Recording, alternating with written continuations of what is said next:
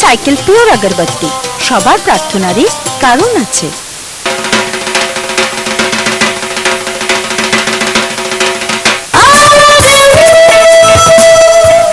আচ্ছা আবির, এই যে তুমি হঠাৎ করে ফিল্মসে চলে এলে বা অ্যাক্টিং এ চলে এলে, সো টু সে, তুমি থিয়েটার করেছো?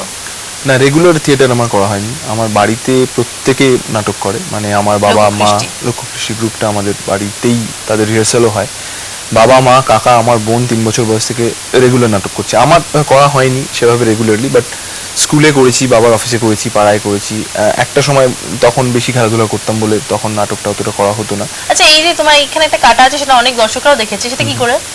এটা আমার স্কুলে ক্লাস 7-এ পড়াকালীন আমি সাইকেল অ্যাক্সিডেন্ট করেছিলাম। এটা ফেটে গিয়ে বোধহয় 5 টানা করে স্টিচ হয়েছিল, তারপর থেকেই দাগটা হয়ে গেছে। অনেকে বলে এটাই আইডেন্টিফিকেশন মার্ক। মানে অনেক সময় হয়েছে যেটা রাস্তায় ঘাটে লোকজন দেখে প্রথমে একটা বোঝা যায় যে রেকগনাইজ করছে, চিনছে কি, মানে তাও ওদের একটা ডাউট থাকে যে এই সে কিনা। আলটিমেটলি গালে কাটা দেখতে বলে, হ্যাঁ এই তো কাটা দাগটা, আপনি সেই না, এটা হয়। কাটা দাগ তোমাকে চেনাচ্ছে? না, ওটা আর কি একদম কনফার্ম করে। আচ্ছা, বাড়ির সবাই তোমার অ্যাক্টিং এর মধ্যেই ছিল, কিছু না কিছু ভাবে যুক্ত, আর তোমার শুধু নায়ক হওয়া হয়েছে? না, আমার শুরুটা খুব অদ্ভুত ভাবে, একদমই আনপ্ল্যান্ড। আমি যেটা বললাম গ্র্যাজুয়েশনের পরে, তখন আমি বাড়িতে বসে আছি, এমবিএ প্রিপারেশন নেবো, এমনি ছুটি, কোনো কাজ কম। গ্র্যাজুয়েশন?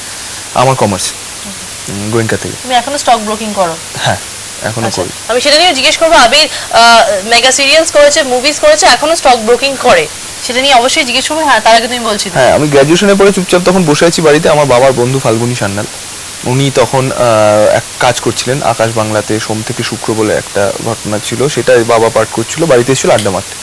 আমার ফালুদা দেখে বললো, তুমি অভিনয় করবে? আমি ভেবেছিলাম ইয়ার্কি মারছি, আমি বললাম হ্যাঁ করবো, কোনো অসুবিধা নেই। বলে ঠিক আছে, আমার যদি কোনো প্রজেক্টে তোমায় ডাকি তুমি তাহলে করবে? হ্যাঁ ঠিক আছে, করবো, কোনো অসুবিধা নেই। তারপরে আমি ভেবেছিলাম ইয়ার্কি মেরেছে, ভুলে গেছে, কোনো ব্যাপার না। তারপরে মায়ের একটা কাজ করার কথা ছিল সোম থেকে শুক্রতেই, লালনের দুর্গা। হঠাৎ করে ফালুদা আমাকেও যেতে বললো, আমি মায়ের সঙ্গে গেলাম। আমার এখনো মনে আছে, শুক্রবার দিন আমি গেছিলাম। আমাকে একটা স্ক্রিপ্ট দেওয়া হলো, বললো এটা স্ক্রিপ্ট, অভিক ক্যারেক্টারটা তোর, আমরা রোববার থেকে শুট শুরু করছি। তো এইভাবে আনপ্ল্যান্ড একদম ভাবে শুরু হয়েছিল। সেটা একদম মেইন ক্যারেক্টার ছিল? হ্যাঁ, দুটো ছেলের গল্প ছিল, দুজন বন্ধুর গল্প ছিল, আমি ছিলাম আর শুভ্রজিৎ ছিল। তো সেভাবে শুরু, তারপরে একটার পর একটা আস্তে আস্তে আস্তে আস্তে করা, আস্তে আস্তে করা। তুমি কেন, তুমি মানে তুমি অভিনয় পুরোপুরি এসে গেছো, মেগা করেছো, ফিল্মস করেছো, তুমি ওই স্টক ব্রোকিং এখনো ছাড়োনি কেন? প্রথমত তো প্রথমে বলবো যে প্রাথমিকভাবে আমি সেই রিস্কটা হয়তো তখন নিতে পারতাম না, কিন্তু তারপরে যেটা হলো, আমি দেখলাম আমার অফিসের লোকেরা আমায় যেভাবে হেল্প করেছে, বিশেষ করে আমার বস কিংবা আমার কলিগরা, দেখো হেল্প করেছে, সেটা খুব মানে প্রমাণ হয়ে গেছে, নয়তো আমি এতগুলো কাজ কখনোই করতে পারতাম না। মেগাতে অসংখ্য ডেট দিতে হয়। সেখানে আমি বলবো যারা আমার সঙ্গে কাজ করেছেন, মানে আমার টলিগঞ্জের যারা কলিগস, যারা টেকনিশিয়ানস, তারা সকলেই জানেন যে আমি দুপুর 2টোর পরে ঢুকবো, গিয়ে সকাল থেকে অফিস, তারপরে গিয়ে যাবো। এবং আমার বস কোনোদিনও আমাকে এখন অবধি চাপ দেয়নি। এবং আমার প্রেম বাই চান্সের জন্য টানা একটা বাল্ক ডেট দরকার ছিল, আমি নিজেই ইতস্তত করছিলাম যে আমি ছুটিটা চাইবো কিনা। আমার বস বললেন যে এত ভালো একটা কাজের অফার যখন আছে যা।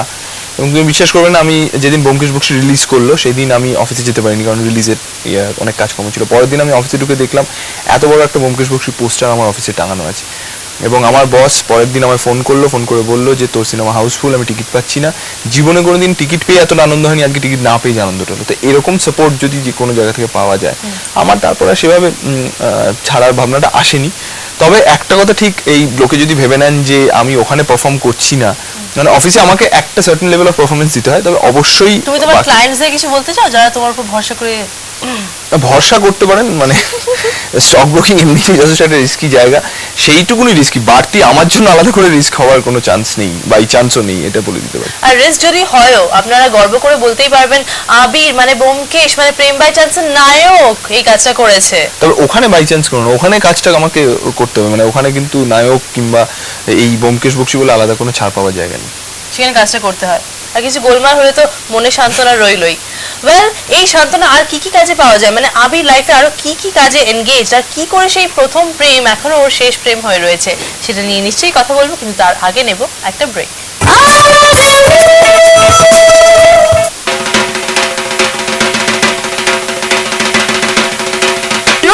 আমার টিচার শিখিয়েছেন খাবার সবসময় শেয়ার করতে হয়।